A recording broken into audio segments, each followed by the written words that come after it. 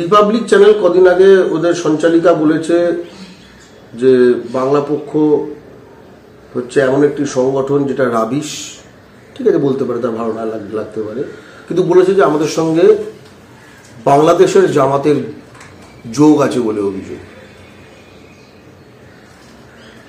যে চ্যানেল, এবং এর আগেও একাধিকবার এরকম নানা ব্যাপারে মিথ্যে কথা বলা হয়েছে, ফ্যাক্ট চেকিং এ দেখা গেছে।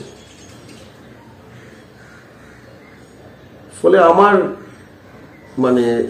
আমি এটাকে সংবাদ মাধ্যম মনে করি না, খুব স্পষ্ট কথা। রিপাবলিক চ্যানেল আমার কাছে সংবাদ মাধ্যম নয়।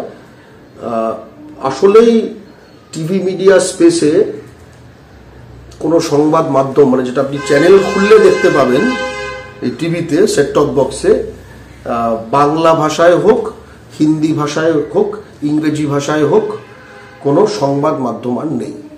ফলে সংবাদ মাধ্যমের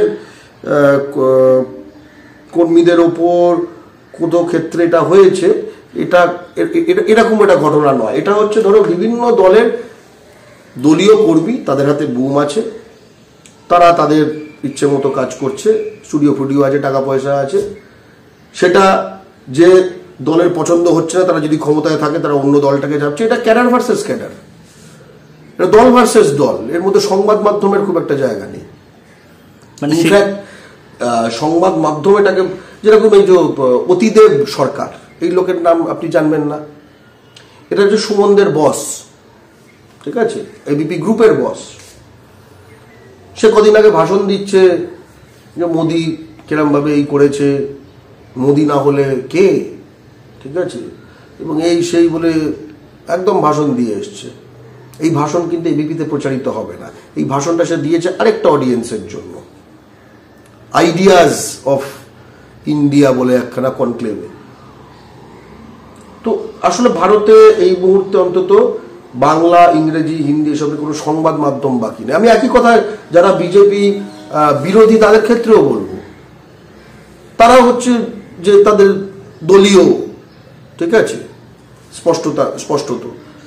আমি কিসের কথা বলছি, যারা টিভিতে আসে, টিভির মধ্যে কোনো সংবাদ নেই, টিভিতে কোনো সংবাদ মাধ্যম নেই। টিভিতে রয়েছে বিভিন্ন দলের প্রোপাগান্ডা করার কিছু টাইম স্লট এবং প্রোপাগান্ডা করার কিছু ব্যক্তিত্ব, অধিকাংশ বিজেপির, কিছু তৃণমূলের, সিপিএম এর তেমন নেই। এটাই হচ্ছে বাস্তবতা। আপনারা দেখছেন আওয়াজ, রোজকারের হক কথা। For more updates about Awaaz, please subscribe our YouTube channel Rajshekhar thali.